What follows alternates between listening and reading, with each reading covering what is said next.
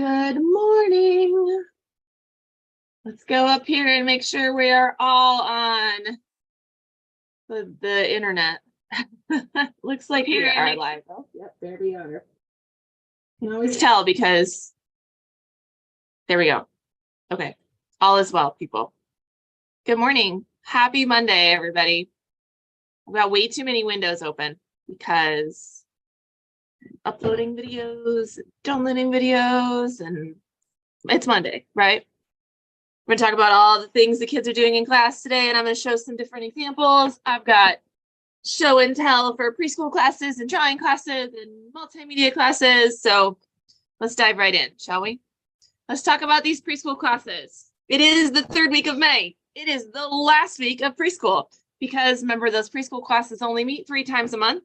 So we are wrapping up our school year this week. This is it. We won't see you guys again until fall unless you're signed up for those summer camps or those summer classes. So we've got to kind of go out with a bang here. And I brought some adorable pigeons to show you. So remember the first week we read Don't Let the Pigeon Drive the Bus. And we made those clay pigeons. Look at these. These guys are so cute. So the kids made them out of air dry clay. They were able to dry over week 1. And in week 2, we painted. In week 3, we'll finish painting and send them home with you. So you'll have a little pigeon, bobblehead pigeon sculpture to finish out your school year. This week in the studio, we are reading This Is Not My Hat by John Clausen. And we're going to be making hats out of wrapping paper and exploring those creative stations. And then we'll let you guys go. We're going to talk a little bit about fall registration during housekeeping. So make sure you stay tuned for that. Or if you're catching the replay, just jump ahead on the timestamp that's in the description.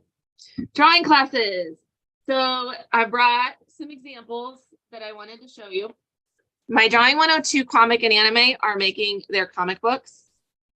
This is green, which is why it looks red or ochre color.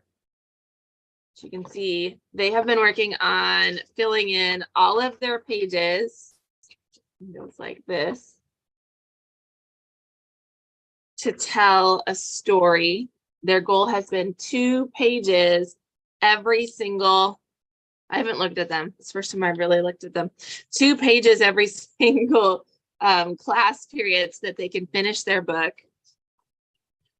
And I love it. I know Miss Grace really hammers home not a lot of text. So the pictures should tell the story, not a text-based book. So I wanted to show you a couple of them. They're just amazing, you guys.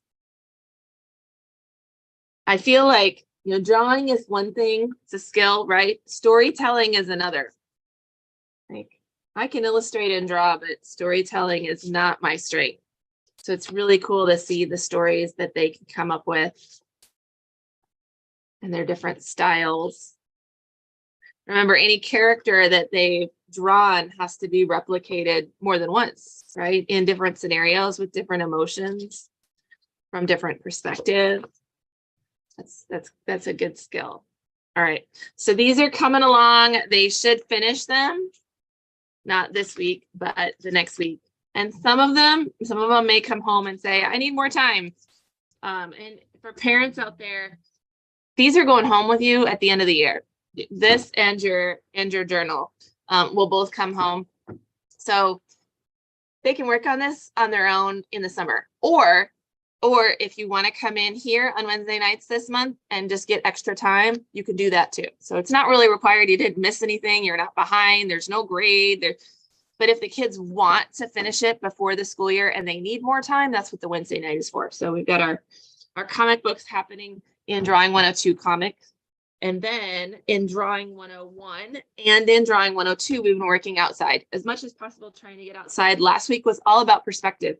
Hopefully you saw there was a Facebook post and some Instagram stories all about the perspective lessons we were doing. We found going right outside our doors is really great perspective. So I wanted to show you kind of what the 102s draw and then what the 101s draw, because it's very different. So this is an example of a 102 student. You can see what we're doing here is we are, oops, that's upside down. Let's turn it around.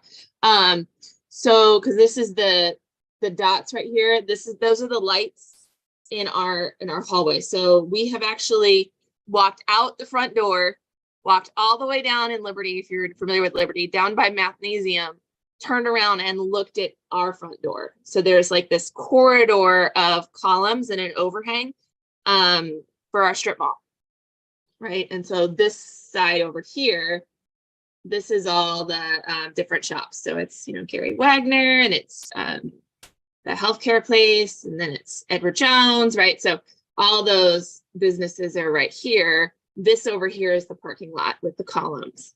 So every line that is parallel to like the windows, these windows, or the curb follows the vanishing point. So there's our vanishing point right there. And it's very mathematical.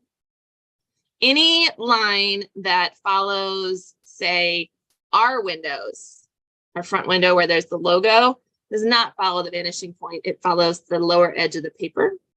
And any line that follows the vertical, like the columns or the up and down part of a door, that one follows the vertical edge of the paper. So there's only 3 types of lines in this 1-point perspective drawing. There's ones that go to the vanishing point, ones that follow the bottom edge, and ones that follow the side edge. It's a different kind of drawing. It's very mathematical. These guys got out rulers. Here's another good example of a, make sure I get it the right direction, of a 102 student who's drawing. Okay. In the sidewalks, like all the lines in the sidewalk follow it, all the window casings, everything. One of the things we talked about with the kids is how the vanishing point moves based on my like positioning. So if I stand up, the vanishing point goes up. If I get down really low, the vanishing point goes down, because the vanishing point is at my eye level. So as an artist, if I move the vanishing point, my viewer moves. Powerful wizards. All right, so let me show you the 101s, right? So the 101s, they did a little bit from photograph just to kind of get some angles. They also drew outside. And you can see it's less technical. But what we're looking for from 101s is just the concept that that straight line that really meets at 90 degrees, unless I'm at a bird's eye view, there's not a 90-degree angle. It's an angle. It's like on a slant. It angles in. Same thing here. We're just trying to get the concept that it is angled in, or angled out, whichever way you look at it, right? The principles we're trying to get for the 101s is this idea that things that are farther away from us look smaller. Things that are farther away from us look closer together. Things that are farther away from us are less clear, right? So those are also ideas of or principles of perspective.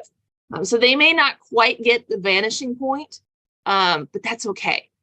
I taught a 101 makeup lesson for 3 students on Wednesday night, and we went and sat outside, and they were, you know, you wrestle with the concept when you sit out there. They'd make a line and I'd come by and be like, it's actually like this. And they look at it and they think about it, and you could see the wheels turning. Why? Like, that looks right, but why?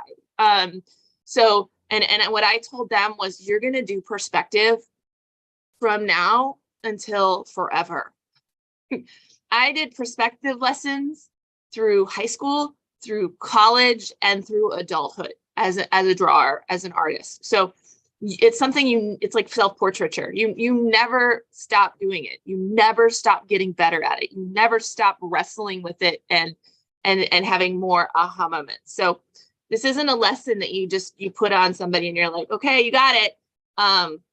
It's also not a lesson that you wait to give them, right? Just because they can't do it perfectly at age 7 doesn't mean you don't start tackling it. You don't start introducing it. So we're not looking for perfection here. We're just looking for the concepts.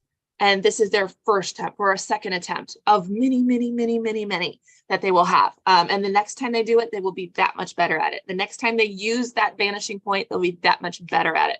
So we'll keep doing that. I'm super proud of them, because that's a lot of brain power to go out there and do those lessons. So super proud of all of them. So those are drawing 101s and drawing 102s. Now this weekend, drawing 101 and 102, they're going to go back to kind of using their powers of observation and working with color. We've got a selection of fun rocks, and there's a lot of different like neutral colors in there, and they'll use chalk pastels or colored pencils to render kind of almost a still life of, or still life isn't the right word because they'll be able to pick it up and hold it and really study it. It's really more like our botanical drawings that we did or our scientific drawings, except for it's a rock, not a plant. All right, here we go. Multimedia classes. So it's metals month and week 3 of metals. Remember week 1, we did a lot of just playing with metals and learning about the tooling foil. In week 2, we started our projects and I wanted to show you some of their progress. My K1s and my second thirds are making these little medallions or flowers or charms or medals, or people called them different things, but I wanted to show you some of their really great design work that they have going on. You can see it is 3-dimensional. Now, whether they decide to show it in the copper side when they put it on their collage or silver side is totally up to them. Ooh, I love this one. Look at that. So we've got different like pattern and line work going on. They had to cut them out. Love that. Okay, I'm gonna grab another set. So with the pencil, when they draw, you get a good example here. When you draw with the pencil, you get a line, right? When you color with the pencil, it like embosses it. So when I color in a shape with a pencil, it depresses it. And so when you flip it over, it has this kind of, what's that, convex, right? Where it pops out of the page. So this one is popping out of the page. This one is, right? Can you see that? So they colored it in. And that's a tough thing to do. We usually start with lines and then we tell them, start adding like areas that you want to make into valleys or turn it over into mountains. Here's another set. Oh, I love the polka dots. So all these little fun medallions. This week, they'll continue to make more so that they have something to put on their collage. You don't have to use all of them. A lot of them are very flowery shaped, which I love. They aren't all. And then they'll also start getting the colors out. So we're going to use alcohol inks to color them. So their kids, if they come home with stained fingers, that's why. But they'll start coloring their metal. And I know, and I colored mine for the examples. There were some I colored and I really liked them. And there were some I colored that I was like, I don't like that. And then I just flipped them over and used whatever, like either silver or copper I hadn't colored on the other side. And that's the side I put on my collage. So really loved it. My 4th and 5th in my homeschool are working on these giant like mandalas. And this might be a really good example where you can see line work. So in week 1, we played with metal tooling foil and we designed our pie piece, right? Because in a mandala design, it's radiating out and there's like repeating designs that go all the way around. They designed that pie piece in week 2. They traced their design onto their metal. So this is just line work. Unlike what we looked at here in these little medallions, this group has not gotten into like, okay, what parts are going to be pushed out? Okay, what parts am I going to like emboss in? Because they just needed to get their design on here. So now that they have basically an outline, they can start doing that. This is the 2 sides of the mandala. So it's very flat. There's not a lot going on. It's just the design. So they'll start adding in like maybe this circle right here, right? That repeats all the way around in that wonderful stripe. Every time you see one of those circles, maybe we'll push that out. And then the diamond that's next to it, maybe we'll push that in. So they'll work on those with the tooling, embossing tools. And then they'll also start adding pattern. Here's another really great example. Okay. This was a lot of grit. Like it took a long time to trace all of those designs and just hang with it. So I'm proud of them for that. So we'll see those next week. They'll get the embossing and the patterning done, hopefully in week 3, so that they can color in week 4. The same thing with the alcoholics. All right. Couple housekeeping things and I will let you go. the last day of classes, unless you're preschool, last day of classes are this week, but for everybody else, drawing and multimedia, the last day of classes is Friday, May 26th. That's when we wrap up. Makeups, the last day for makeups is the 31st. So if you know you're going to miss, go ahead and sign up for that. We'll take you. We've got some exciting things coming. Hang on. We've been planning fall. So I'm not going to tell you too much about it, but I will tell you there are 2 new classes coming for fall and neither of them are sewing. I did have a couple people reach out and say, please put sewing back on the schedule. And I'm going to burst your bubble right here and tell you it will not be on the schedule for fall.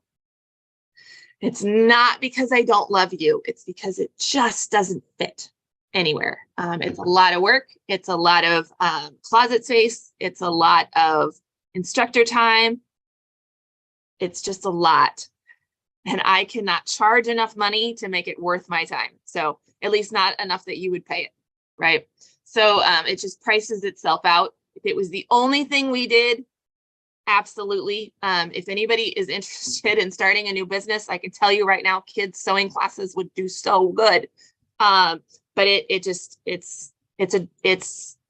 too much for us. And so we got to focus on what we're really good at and what we, what we do.